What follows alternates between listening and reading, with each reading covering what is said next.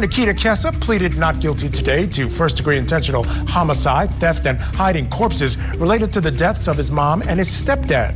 Prosecutors say the Wisconsin teen shot and killed his mom and stepdad, then lived with their bodies for 2 weeks.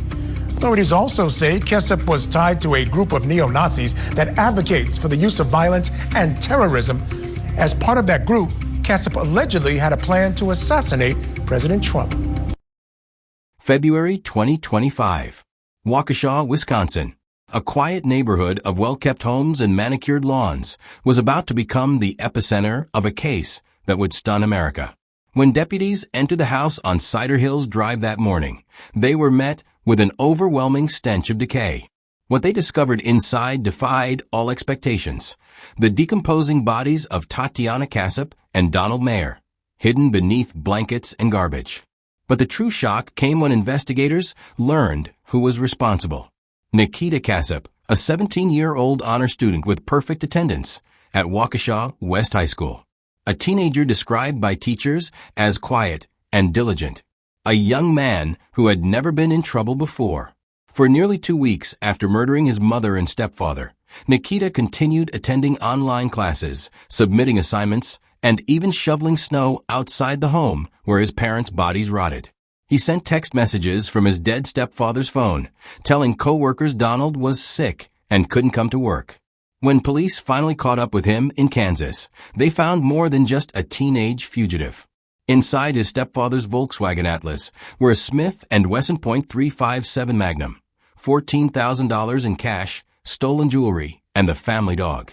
But it was what they found on his phone that elevated this from a horrific family tragedy to a potential national security threat. Telegram messages revealed Nikita had been communicating with someone in Russia. The conversations detailed not only his plans to murder his parents, but also a plot to assassinate President Trump. Investigators uncovered connections to neo-Nazi extremist groups and elaborate escape plans to Ukraine.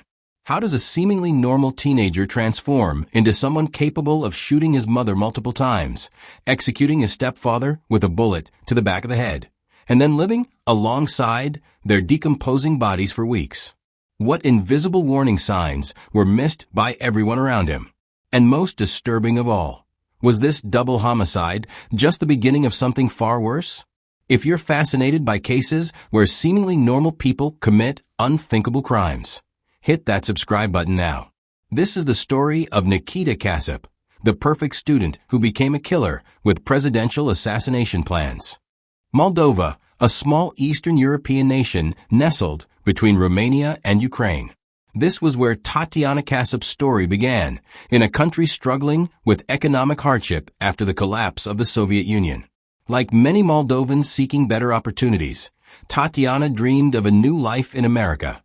Not just for herself, but for her young son, Nikita. While still living in Moldova, she connected with Donald Mayer, an American man 16 years her senior. Their digital conversations evolved into something deeper, and eventually, Tatiana made the momentous decision to leave her homeland behind. Donald Mayer, 51 at the time of his death, was originally from Massachusetts. Friends described him as steady, reliable, and kind-hearted. A man who embraced the role of stepfather to Tatiana's only child. After Tatiana relocated to Wisconsin, she and Donald married, beginning a union that would last approximately 9 years until their tragic end. Neighbors would later tell reporters they seemed like any other family on the block. Donald took his role as Nikita's stepfather seriously. He introduced the boy to quintessential American experiences, baseball games, trips to the beach, and other outings that helped integrate the young immigrant into his new country. By all accounts, Donald cherished having a son in his life, even if not biologically his own. Tatiana, 35 when she died, worked hard to build their American life. Colleagues and acquaintances described her as devoted to her son and determined to overcome the obstacles of starting over in a foreign country. She maintained connections to her Moldovan heritage while embracing her new American identity. On the surface, the family appeared to be living the immigrant success story. They had a comfortable home, stable employment, and were well regarded by those who knew them. There were no police reports of domestic disturbances, no history of family services involvement, and no outward signs of dysfunction that might have predicted the violence to come. Then there was Nikita himself, the teenager who would later shock the community. At Waukesha West High School, he cultivated an image of academic dedication. Teachers noted his quick mastery of English and his apparent ability to adapt to American school culture. He maintained perfect attendance, completed assignments diligently, and was described as polite and soft-spoken. He was just a normal kid who lived in a happy family, one teacher would later tell investigators, struggling to reconcile the studious boy she knew with the crimes he committed. Nikita had few close friends, but didn't raise concerns with his relative social isolation. He was seen as simply quiet and studious, traits often praised in academic settings. His teachers had no reason to suspect that beneath this carefully constructed facade of the perfect student lay dangerous thoughts and violent intentions. The Casap-Mayer household seemed, to everyone who knew them, like a family that had successfully navigated the challenges of immigration and blending cultures. No one could have imagined the horror that would unfold within those walls in February 2025.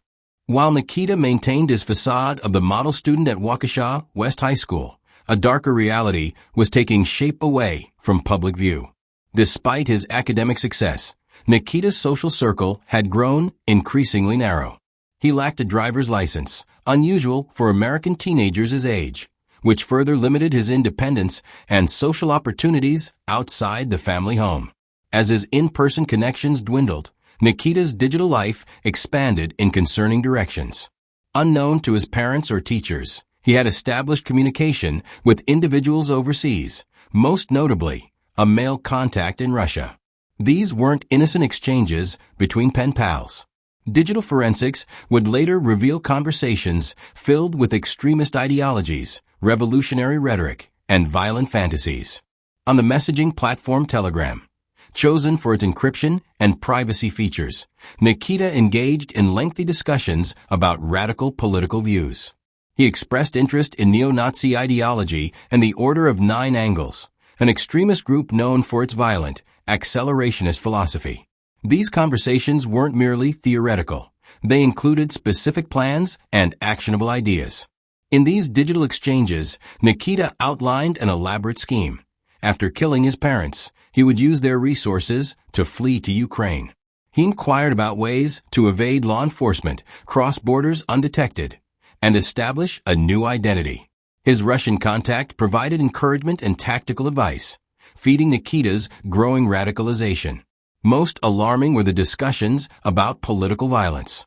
Investigators would later discover messages detailing plans to assassinate the President of the United States.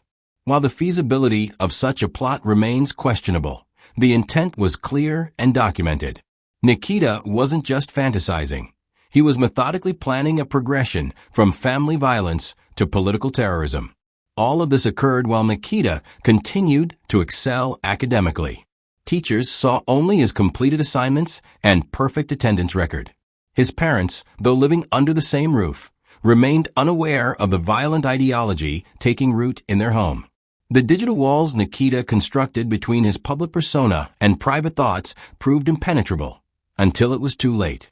The most glaring missed opportunity came through a classmate who later spoke to investigators.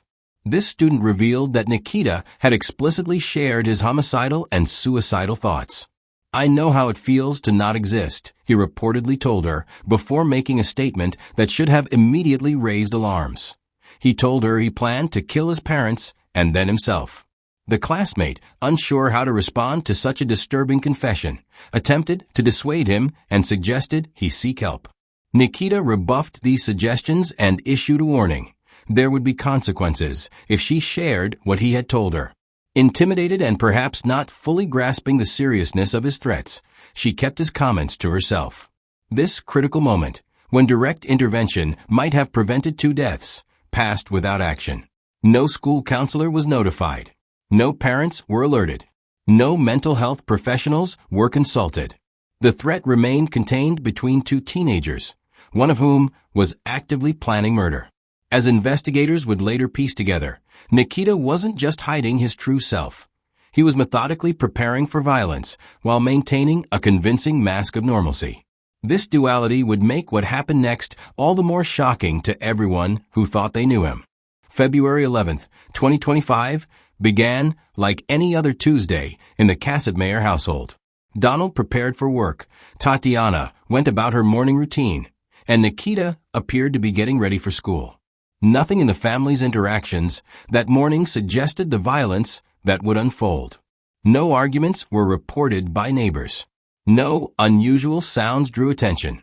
The day seemed ordinary until it wasn't. What exactly triggered Nikita to act on that specific day remains unclear. Was it a particular conversation, a final decision point, or simply the culmination of his long-developing plan? Only Nikita knows for certain. What investigators have pieced together, however, is a sequence of events that reveals not impulsive rage, but calculated execution. The weapon Nikita chose was a Smith & Wesson .357 Magnum revolver, a powerful handgun legally registered to his stepfather, Donald Mayer. The gun was kept in the home, though apparently not secured enough to prevent Nikita's access. This powerful weapon would prove devastatingly effective at close range. According to forensic evidence and Nikita's subsequent statements, he first confronted his mother, Tatiana. The attack was brutal and thorough. Nikita shot his mother multiple times. Forensic reports documented wounds to her neck, upper torso, and abdomen. One bullet struck her wrist, likely as she raised her arm in a futile attempt to protect herself. The multiple gunshot wounds suggest determination rather than hesitation. Nikita continued firing until he was certain his mother could not survive. The location of Tatiana's body, later found in a hallway of the home, indicates she may have been attempting to flee when she was shot. Blood spatter analysis suggested she had fallen where she was shot, rather than being moved immediately after the attack. This detail paints a horrifying picture of a mother trying to escape her son's violence in the final moments of her life. With Tatiana dead or dying, Nikita then turned his attention to his stepfather. Donald Mayer was in his home office when Nikita approached. Unlike the multiple wounds inflicted on Tatiana, Donald's death came from a single, precisely placed shot to the back of the head. The execution-style killing suggests Donald may have been unaware of the danger until the final moment, perhaps working at his desk when Nikita entered the room and fired. The difference in the attack methods, multiple shots for Tatiana versus a single execution-style shot for Donald, has led investigators to speculate about Nikita's emotional state during each killing. The frenzied nature of Tatiana's murder might indicate stronger emotional content, while the clinical precision of Donald's killing suggests a colder, more detached approach. Both, however, demonstrate lethal intent. After the shootings, Nikita made no attempt to summon help or report what had happened. Instead, he began implementing the next phase of his plan. He didn't flee immediately, a decision that would later shock investigators and the public alike. Rather than leaving the scene of his crimes, Nikita chose to remain in the house with the bodies of his parents. The calculated nature of the killings becomes even more apparent when considering the preparations Nikita had made. Digital evidence recovered from his devices showed searches related to gunshot wounds, police response times, and decomposition rates. He had researched methods for disguising odors and delaying discovery of bodies. These searches, conducted in the weeks before February 11th, reveal premeditation and planning. Nikita had also prepared for the aftermath. He had already begun communicating with his Russian contact about his escape plans. He knew where his parents kept cash and valuables. He had mapped out a route across multiple states. The murders weren't a spontaneous act of rage, but rather the first step in a larger scheme that included fleeing the country and potentially committing further violence. The timing itself appears strategic. By killing his parents on a Tuesday, Nikita gave himself the remainder of the school week to establish alibis through online attendance and assignment submissions. He could begin gathering resources, preparing for his escape, and implementing measures to delay discovery of the bodies. Perhaps most disturbing is what Nikita did immediately after the killings. Rather than showing any signs of remorse or horror at what he had done, he calmly began to cover the bodies. He would later tell investigators that he used blankets, towels, and garbage to conceal the remains, practical steps to contain the evidence, and the inevitable odors of decomposition. As night fell on February 11th, the Cassip-Mayer house appeared normal from the outside. Lights were on at appropriate times. The family car remained in the driveway. To neighbors passing by, there was no indication that inside those walls, a 17-year-old honor student was now alone with the bodies of the parents he had just murdered. The first night of what would become a nearly 2-week vigil with the dead. In the days following February 11th, 2025, the Cassip-Mayer house on Cider Hills Drive became the setting for one of the most disturbing aspects of this case. While most killers flee immediately after their crimes, Nikita Cassip made an almost unfathomable choice. He continued living in the home with his parents' decomposing bodies for nearly 2 weeks. The morning after the murders, Nikita followed his usual routine. He logged into his online classes, submitted assignments, and maintained digital communication with teachers. His academic performance showed no decline. The perfect attendance record remained intact. From the perspective of his school, nothing had changed. Inside the house, however, reality was grotesque. The bodies of Tatiana and Donald had begun the inevitable process of decomposition. The February temperatures in Wisconsin, while cold outside, couldn't prevent the natural consequences of death within the heated home. Odors began to develop. Fluids leaked from the corpses. The physical changes of death accelerated. Nikita's response to these conditions reveals a disturbing detachment from normal human emotion. Rather than being repulsed by the decomposition, he appeared fascinated. He moved the bodies periodically, adjusting the blankets, towels, and garbage he had piled on them. When the smell became too strong in certain areas of the house, he would add more coverings or light candles nearby, not as memorials, but as practical odor-masking tools. Most chilling were his interactions with the remains. Investigators later recovered video footage from a camera memory card showing Nikita had recorded himself with the bodies. In one video, he focused on his stepfather's decomposing corpse while narrating. "So you can see him there. I can literally see the fucking rotting body there."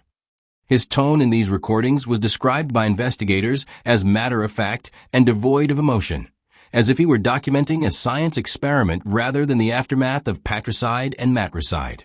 Around his mother's body, Nikita arranged candles in what appeared to be a ritualistic display. Whether this represented some form of personal ceremony or merely practical lighting remains unclear. What is certain is that these weren't acts of remorse or respect. They were part of his continued control over the scene and the narrative. Outside the home, Nikita maintained appearances with remarkable effectiveness. He shoveled snow from the driveway after a winter storm. He took out garbage, carefully excluding any evidence of the crimes.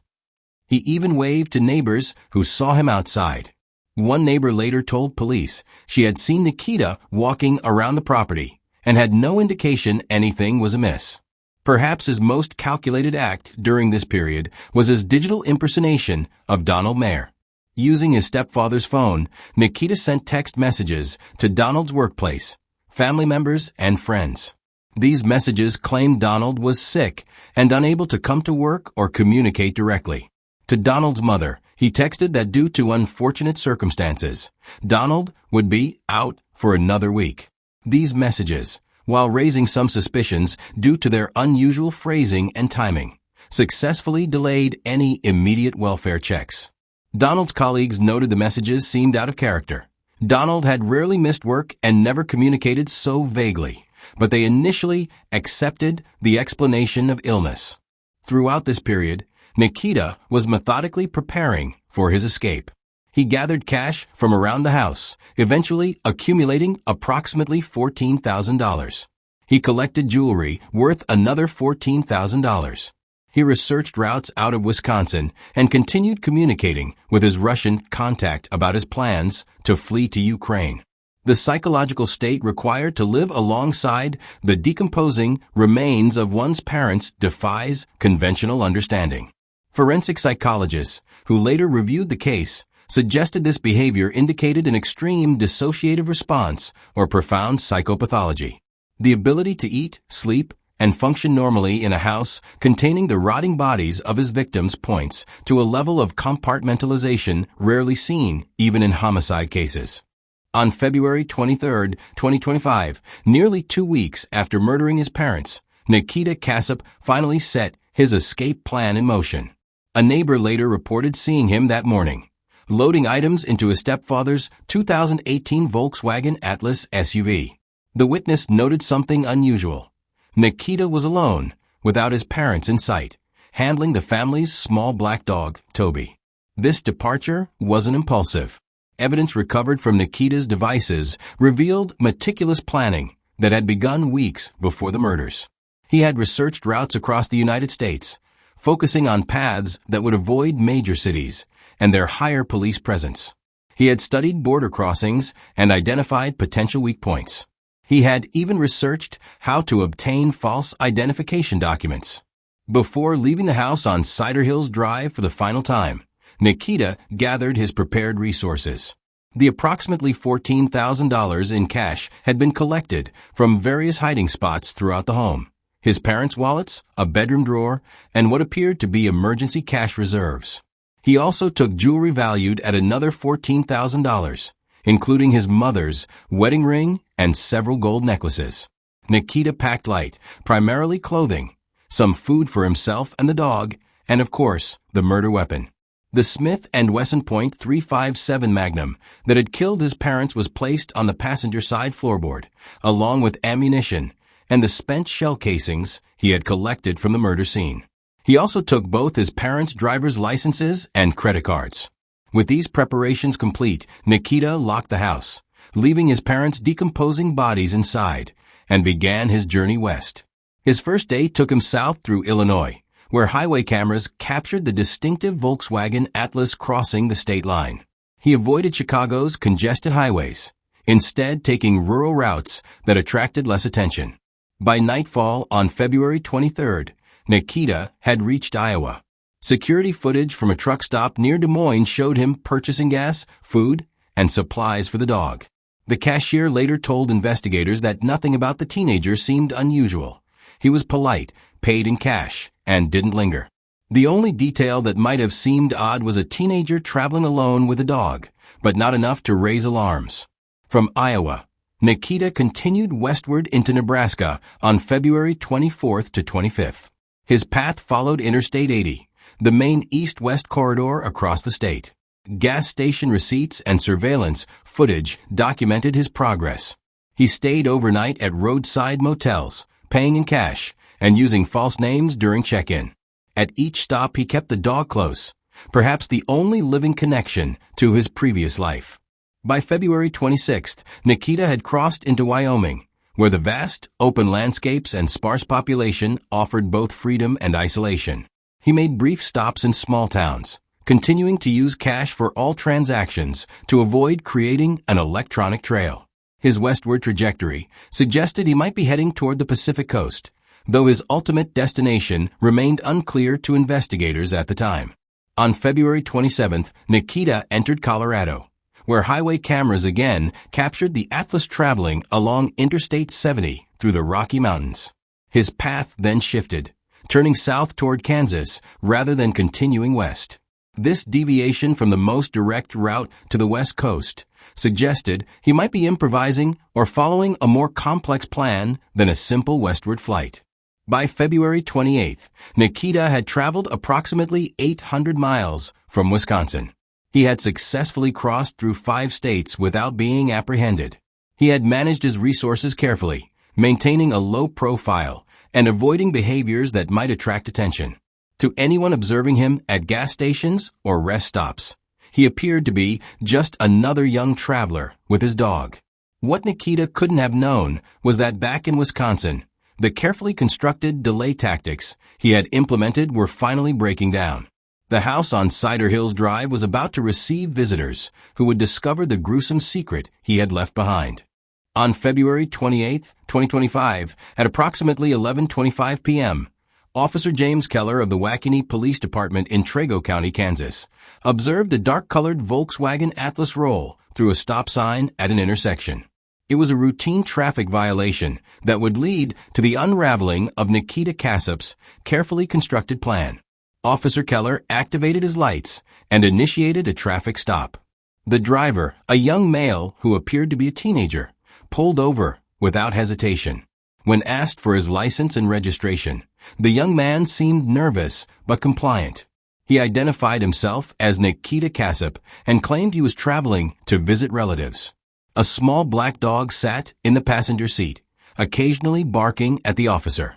What caught Officer Keller's attention wasn't Nikita's demeanor, but what was visible on the floorboard of the passenger side: a Smith & Wesson .357 Magnum revolver. The presence of an unsecured firearm in plain view gave the officer probable cause to conduct a more thorough search of the vehicle. That search revealed an arsenal of evidence: ammunition and shell casings matching the revolver, approximately $14,000 in cash bundled in various denominations, jewelry estimated to be worth another $14,000, and perhaps most damning, the driver's licenses of both Tatiana Kassup and Donald Mayer. When questioned about these items, Nikita offered contradictory explanations that only heightened the officer's suspicions. Officer Keller ran the vehicle's registration and discovered it belonged to Donald Mayer of Waukesha, Wisconsin. A quick check with Wisconsin authorities revealed something alarming. Earlier that same day, bodies had been discovered at the Mayer residence. Nikita Kassup was now a person of interest in a double homicide investigation. Meanwhile, nearly 800 miles away in Waukesha, Wisconsin, deputies from the county sheriff's department had responded to a welfare check request at the Kassup Mayer home on Cider Hills Drive. The request had come from two sources: Donald's workplace, concerned about his extended absence and strange text messages, and the resource officer at Waukesha West High School, who had noted Nikita's sudden disappearance after years of perfect attendance. At approximately 9:44 a.m. on February 28th, deputies arrived at the residence. After receiving no response to knocks and calls, they made the decision to enter the property. What they encountered inside would haunt even experienced law enforcement officers. The odor hit them first, the unmistakable smell of advanced human decomposition that permeated every room of the house. Following the scent to its strongest points, deputies discovered Tatiana's body in a hallway, covered with towels and a blanket. Her face was blackened by decomposition, making visual identification impossible. Donald's remains were found in his first-floor office, partially covered by clothing. Both bodies showed clear evidence of gunshot wounds. The house itself told the story of the aftermath. Candles were positioned around Tatiana's body, apparently in an attempt to mask the odor. Video recording equipment was found near Donald's body, corroborating what would later be discovered on memory cards: Nikita's macabre documentation of the decomposition process. The home was in disarray, with evidence that someone had continued living there despite the presence of decomposing bodies. Forensic teams documented the scene meticulously. Due to the advanced state of decomposition, dental records were required to confirm the identities of both victims. Bullet fragments recovered from the bodies and walls would later be matched to the .357 Magnum, found in Nikita's possession in Kansas. By midnight on February 28th, authorities in Kansas and Wisconsin had connected their cases. Nikita Kassup was placed under arrest for possession of a stolen vehicle and firearm. He was held in the Trego County Jail while Wisconsin authorities prepared more serious charges and extradition paperwork. The evidence recovered from both scenes, the home in Wisconsin and the vehicle in Kansas, painted a comprehensive picture of premeditated murder, calculated concealment, and planned escape.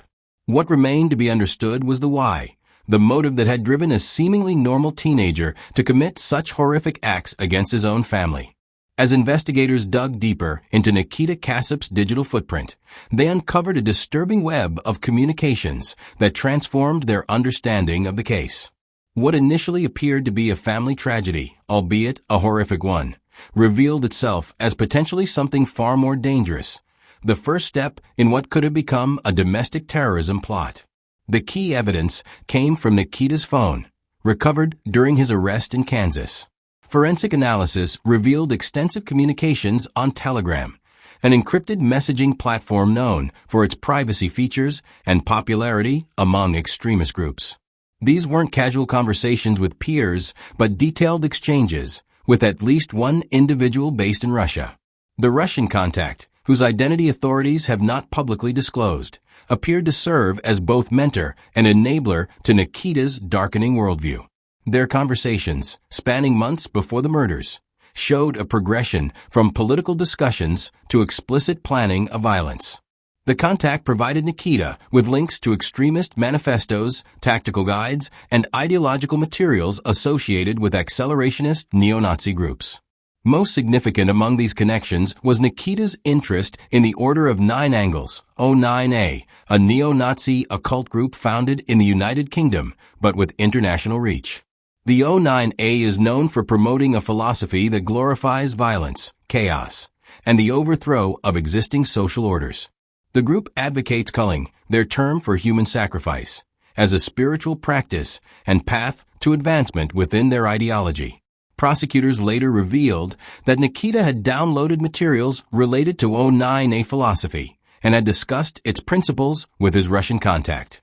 These weren't merely academic interests. Nikita appeared to be internalizing the group's most violent tenets and seeking ways to implement them. The most alarming discovery was evidence of a presidential assassination plot.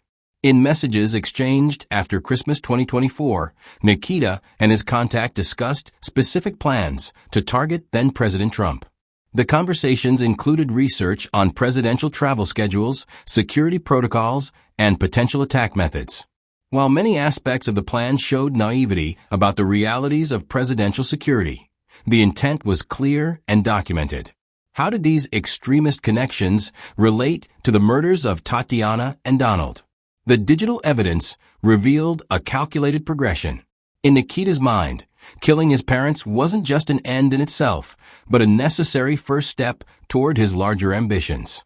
The murders would provide him with financial resources, the cash and valuables needed to fund his escape and further plans.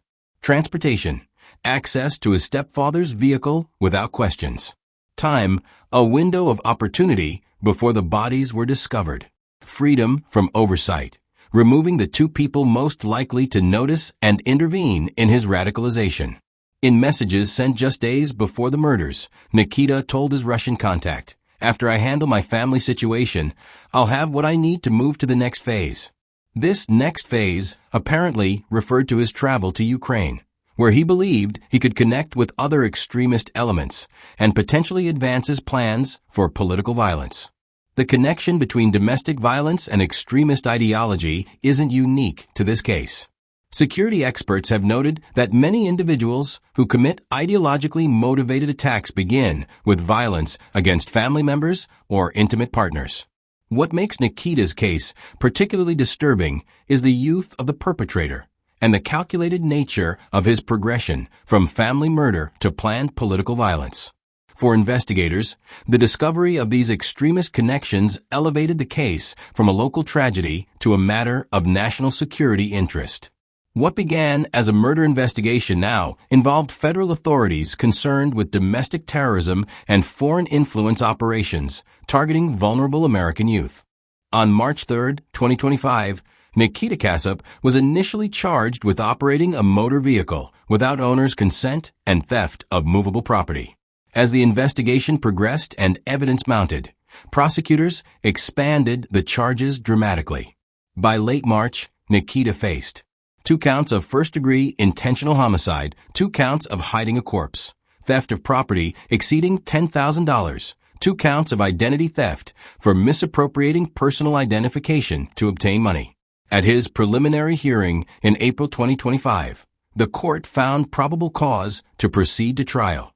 Nikita's bail was set at $1 million, with prosecutors successfully arguing he presented both a flight risk and a danger to the public. citing his communications about fleeing to Ukraine and his plans for political violence. The case against Nikita continues to move through the Wisconsin court system. If convicted of the homicide charges, he faces life imprisonment. Due to his age at the time of the crimes, 17, he narrowly avoided automatic treatment as an adult in some jurisdictions. But Wisconsin prosecutors have made it clear they intend to seek the maximum penalties available. The tragedy of the Kasabmayer family serves as a stark reminder of how effectively violence can hide behind normalcy, and how deadly the consequences can be when warning signs go unheeded. If this case shocked you as much as it shocked me, make sure to like this video and hit subscribe for more in-depth true crime stories.